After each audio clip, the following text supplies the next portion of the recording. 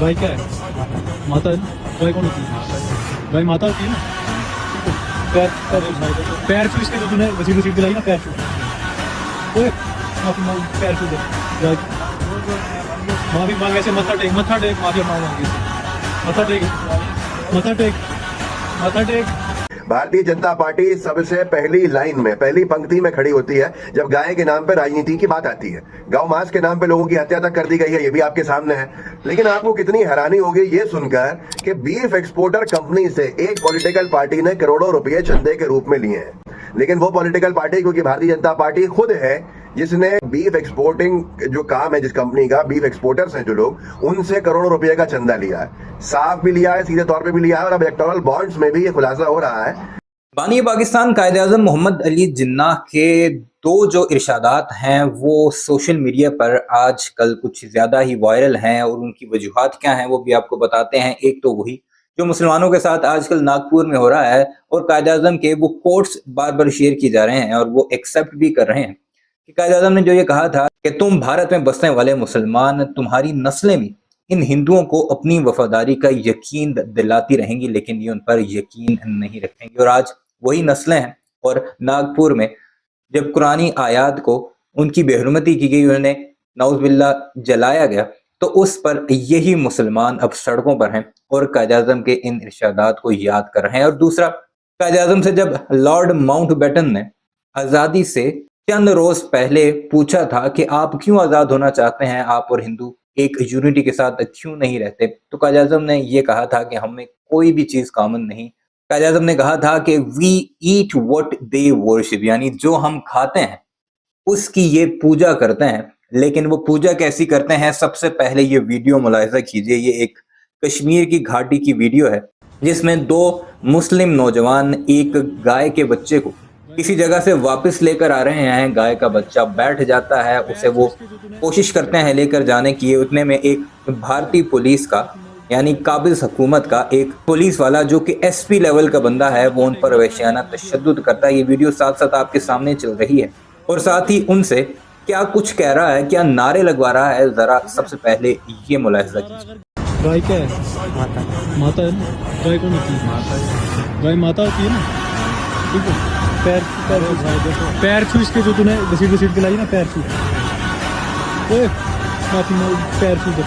गाय माफी मांग, ऐसे मत्था टेक, मत्था टेक, माफी मांग मांग ऐसे। मत्था टेक, मत्था टेक, मत्था टेक। ठीक है, तो करो। दोबारा अगर घसीट के ऐसे देखी ना मैंने अभी के बाद, तो याद रखना मैं मंदिर बना दूंगा दोनों की दृष्टि, याद रखना। गाड़ी में गा, गाड़ी में ले, घर ले रहा है ना, गाड़ी में गा। वीडियो आपने मुलाहिजा की, उन्हें कह रहा है कि इसके आगे माथा टेको। ये जबरदस्ती उन्हें माँ करार दे रहा है, लेकिन ये कैसी माँ है, सबसे पहले जरा ये एक आर्टिकल मुलाहिजा कीजिए जो मुस्लिम मिरर नामी जर्नलिज्म ऑफ ट्रुथ एक तंजीम है, उसका ये जरीदा है, जो लिखता है out of 6 largest meat supplier in India 4 are Hindus. आपको बताते चलें, शायद आपके लिए शॉकिंग न्यूज हो, या फिर अगर आपको पता है तो उसकी डिटेल भी आपको जरा मजीद बताते हैं कि भारत दुनिया का दूसरा सबसे बड़ा मुल्क है, जो कि दुनिया के कई ममालिक, जिनमें मुस्लिम ममालिक भी हैं, जिनमें साउथ अफ्रीका भी है, जिनमें यूरोप के भी कुछ ममालिक हैं, जिन्हें बीफ का मीट एक्सपोर्ट करता है। कौन सा बीफ? यही बीफ जिसके कारोबार पर ये मुसलमानों को कत्ल करते हैं, उनकी मॉब लिंचिंग की जाती है और कई नौजवानों को ढेर कर दिया जाता है, और इनकी बजरंग दल हो और आरएसएस के गुर्गे रोडों पर ट्रकों की तलाशियां करते फिरते हैं। कहीं उन्हें गाय नजर आए तो ये लोगों को वहीं पीटना मारना शुरू कर देते हैं और उनकी गाड़ियों को आग लगा देते हैं। तो ये स्टोरी क्या कहती है, out of 6 largest meat supplier in India 4 are Hindus. सबसे मजे की और दिलचस्प बात यह है कि ये जो 4 बड़े हिंदू एक्सपोर्टर्स हैं, इन्होंने नाम क्या रखा हुआ है? इन्होंने अपने मुसलमान नाम रखे हुए हैं, और उसकी रीजन भी है। रीजन ये है क्योंकि ये अरब ममालिक को बीफ एक्सपोर्ट करते हैं, और अरब ममालिक में भैंसें तो होती नहीं है, और वो भैंसों का गोश्त जो ये क्लेम करते हैं, तो वो गाय का गोश्त ही, यानी अपनी माँ का गोश्त ही, अपनी माता जी का गोश्त सप्लाई करते हैं मुस्लिम नामों के साथ, और नरेंद्र मोदी सरकार उस पर बिल्कुल नहीं बोलती। सबसे पहले ये पिक्चर देखिए, Al Kabir export private limited. Kabir नाम किसका होता है? अल कबीर अरेबिक नेम है, मुसलमानों का नाम है, उसका ओनर है, उसका नाम है सतीश एंड अतुल सबरवाल। साथ इनका नीचे एड्रेस भी लिखा हुआ है। ये सबरवाल साहब जो हैं सतीश एंड अतुल, ये अलकबीर एक्सपोर्ट प्राइवेट लिमिटेड चलाते हैं। जबरदस्त। दूसरा आता है अरेबियन एक्सपोर्ट प्राइवेट लिमिटेड। इसके ओनर हैं श्री सुनील कपूर साहब, जो कि दूसरी बड़ी बीफ एक्सपोर्ट कंपनी है भारत की, और नाम इन्होंने अरेबियन रखा हुआ है माशाल्लाह से। अब तीसरी आती हैं MKR frozen food and export. MKR KR जो है ये मुसलमानों के साथ होता है, खान वगैरह का नाम, और इसके ओनर का नाम है मदन एबट। साथ इसका एड्रेस भी लिखा हुआ है PML industries private limited, Pakistan Muslim League. जबरदस्त। ओनर हैं श्री AS भिंद्रा। तो ये हैं वो 4 बड़ी एक्सपोर्ट कंपनीज जिनके ऑनर्स हिंदू हैं, और काफी इन पर मीम्स भी बनती रहती हैं। ये भी आप पिक्चर देख सकते हैं, सेकुलर हैदराबादी की एक पोस्ट है जिसमें बाकायदा तौर पर MKR Khan frozen food, Arabian export, Al Kabir, ये वही उनके नाम वगैरह लिखे गए हैं। तो ये अब नरेंद्र मोदी सरकार के जो गुर्गे हैं, RSS के, बजरंग दल के, शिवसेना के, या ये जो हिंदू फार राइट विंग के लोग हैं जो ये कहते हैं कि बीफ को नहीं खाना चाहिए मुसलमानों को। और आपने कई दफा देखा होगा कि एक बूढ़े शख्स को ट्रेन में बाकायदा तौर पर उसे मारने की कोशिश की गई, वो बड़ी मुश्किल से उसने अपनी जान बचाई, उसे जख्मी किया। हमारी वीडियो भी थी उस पर एक डिटेल, उसकी कुछ झलकियां भी यहाँ आपको आगे चलकर दिखा देंगे। तो क्या नरेंद्र मोदी के रूल में एक्सपोर्ट कम हुई या ज्यादा हुई?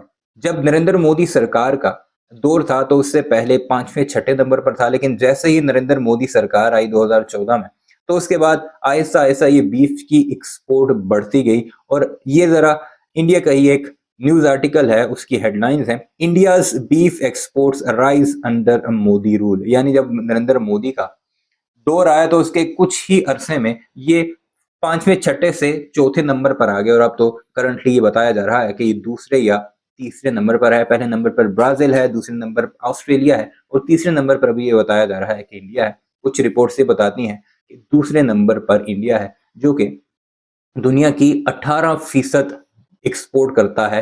किसकी? अपनी गौ माता की। तो दूसरे लोगों को मारते हैं और खुद जो है वो एक्सपोर्ट करते हैं। और एक छोटी सी वीडियो आपको दिखाते हैं जो कि आपको मजीद इनकी जलालत के किस्से सामने लाएगी। वो ये है कि नरेंद्र मोदी सरकार की पार्टी भारतीय जनता पार्टी को खुद इन्हीं गाय के एक्सपोर्टर्स ने, इसके गोश्त के एक्सपोर्टर्स ने एक लंबी तगड़ी रिश्वत फराहम की है, जिसकी वजह से ये इन हिंदुओं की जो कंपनीज हैं इनके बारे में खामोश हैं। वो रिपोर्ट क्या कहती है? 1 साल पहले की रिपोर्ट है। ये वीडियो का एक छोटा सा क्लिप मुलाहिजा कीजिए, फिर उसके बाद आपको चंद क्लिप सिखाते हैं कि मुसलमानों के साथ क्या क्या ये लोग करते हैं जब ये बीफ खाते हैं या फिर बीफ का कोई कारोबार करने की कोशिश करता है। वीडियो पर आगे बढ़ने से पहले आपसे गुजारिश है, चैनल को सब्सक्राइब जरूर कीजिएगा, बेल आइकन भी जरूर प्रेस कीजिएगा, और कमेंट सेक्शन में इस बारे में या इस 2 नंबरी के बारे में अपनी राय का इजहार भी जरूर कीजिएगा। पिछले 10 सालों में यानी 2014 से अब तक गाय के नाम पे किस तरह से राजनीति की गई है, ये आपने सबने देखा। भारतीय जनता पार्टी सबसे पहली लाइन में, पहली पंक्ति में खड़ी होती है जब गाय के नाम पे राजनीति की बात आती है। गौ मांस के नाम पे लोगों की हत्या तक कर दी गई है, ये भी आपके सामने है। लेकिन आपको कितनी हैरानी होगी ये सुनकर कि बीफ एक्सपोर्टर कंपनी से एक पॉलिटिकल पार्टी ने करोड़ों रुपए चंदे के रूप में लिए हैं।